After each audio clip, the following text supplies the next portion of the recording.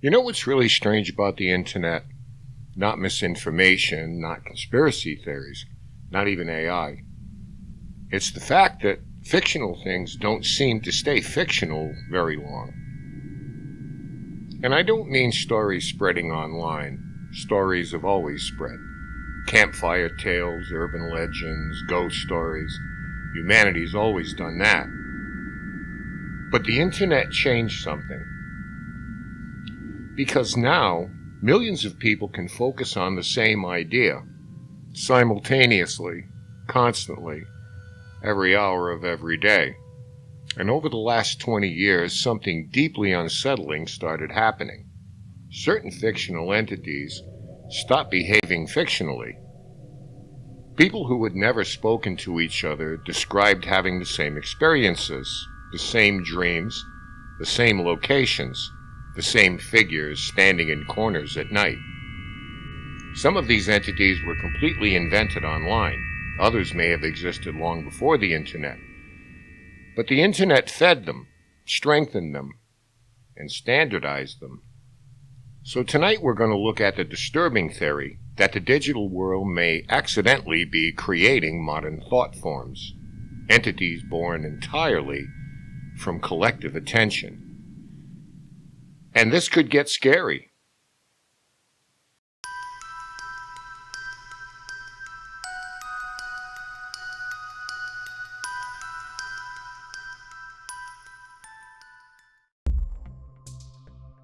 Back in 2009, somebody posted a manipulated image online. That was it. Just a tall figure standing in the background behind children.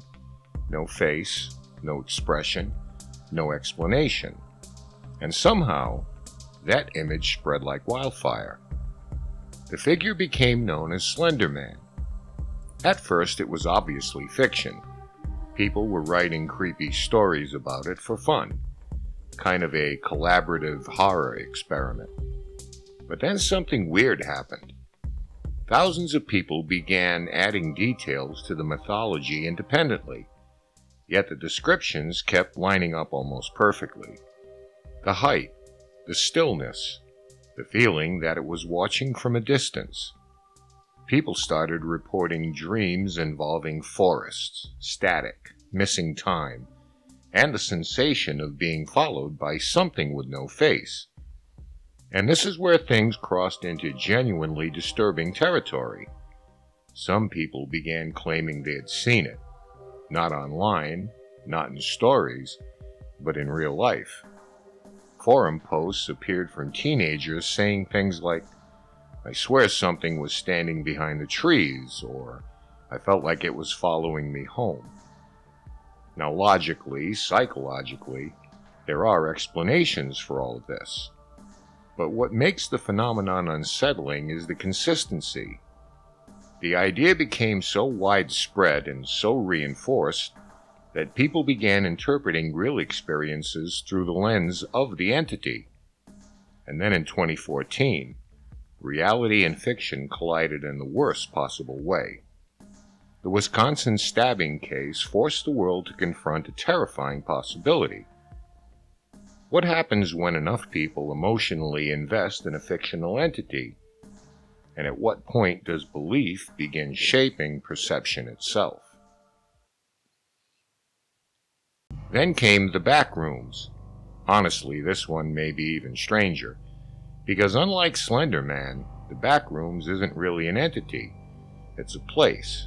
An impossible place. Yellow walls, buzzing fluorescent lights, carpet that looks damp for no reason, hallways stretching forever.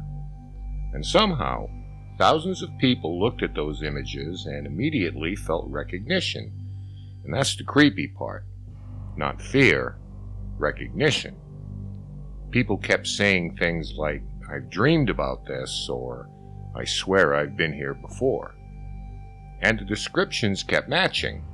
The hum of the lights, the smell, the feeling that something was nearby, even if you never saw it.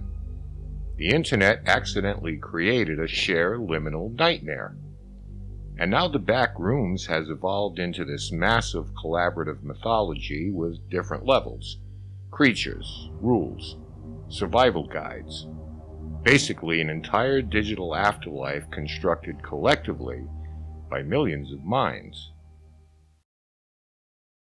One of the most fascinating examples is SCP Foundation, especially SCP-173, because SCP-173 proves something important.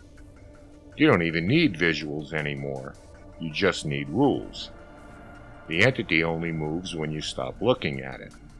That single concept completely changes how people perceive darkness. Corners become threatening, hallways become threatening, blinking becomes threatening. And after reading about SCP-173, people started reporting experiences that sounded eerily familiar. I looked away and thought something moved, or there was something different about the room after I'd blinked. Again, logically, there are explanations, but psychologically, the idea itself alters perception. Expectation rewires awareness. This entity doesn't even need to exist physically. The concept seems to be enough. Now, the hatman is where things become difficult to explain away entirely, because unlike Slenderman, this phenomenon predates the internet. For decades, people across different cultures described seeing the same shadowy figure during sleep paralysis episodes. Tall, dark, wide-brimmed hat, standing motionless in corners, and watching. And once the internet connected these experiences together, something strange happened. The descriptions became almost identical, even among people who had never interacted. And that's what fascinates researchers. Why this figure? Why the hat? Why the same overwhelming feeling of dread? Some psychologists believe the hatman is an archetype buried deep in human consciousness. Others think the internet reinforced and standardized the imagery. But either way, once you know about the hatman, you start seeing him everywhere. Doorways, mirrors, peripheral vision. And suddenly the old question returns, did the internet create the entity, or did it simply feed something that was already there? The story of the rake should have been straightforward. An internet monster, pale skin, sunken eyes, crawling around at night. Simple. Except after the story spread online, people started claiming they had encountered it years earlier. Old journal entries surfaced, childhood sketches, nightmare recollections, stories from people who had supposedly never heard of the rake before. And whether those memories were real, distorted, or retroactively influenced by suggestion, the effect was the same. The entity suddenly felt older than the internet itself, as if the idea had always existed somewhere in the background, just waiting for a name. And here's where this stops being internet horror and starts connecting to something ancient. Long before Wi-Fi, long before electricity, there were stories about thought forms. In Tibetan mysticism, there's the concept of the tulpa, a being created through concentrated thought. Not metaphorically, but literally. Some accounts claim monks meditated on a single imagined figure for weeks, sometimes months, until it supposedly became autonomous, visible and independent, and according to some stories, eventually uncontrollable. Then in Western occult traditions, you get the idea of the egregore, which is even stranger, because an egregore isn't created by one mind, it's created collectively. A group feeding the same symbol, the same entity, the same belief over time.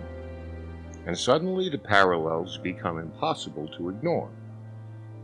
Because what is the internet if not the largest collective attention machine in human history? Millions of people reinforcing the same imagery, the same names, the same mythology. Algorithms amplifying repetition constantly. Likes, views, comments, shares. Attention itself becomes ritual. And even if a fraction of those ancient stories were true, then the modern internet may be doing accidentally what ancient occult systems once attempted deliberately. But maybe these entities aren't real at all.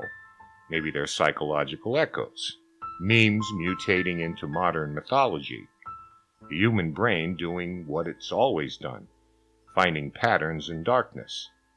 But there's still something deeply unsettling about the timing, because for the first time in human history, billions of people are connected to the same stories simultaneously, and every day new entities are forming online.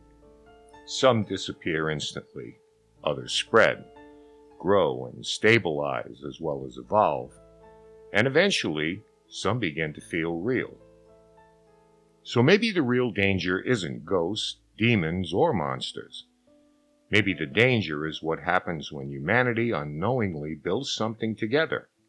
An entity born from fear, fed by attention, and strengthened every time someone shares it. And somewhere online right now, the next one may already be waiting. Every system we've ever created has done something we didn't expect. And this one, the network of constant attention, repetition, and amplification, is unlike anything that's ever existed before. We're feeding it, shaping it, and giving it life every single day. And if the past has taught us anything, it's that once something crosses that invisible line, once it begins to act on its own, it doesn't always go back. So as we move forward, sharing, creating, focusing, believing, it's worth asking one last time, are we just telling stories, or are we building something that's already been listening?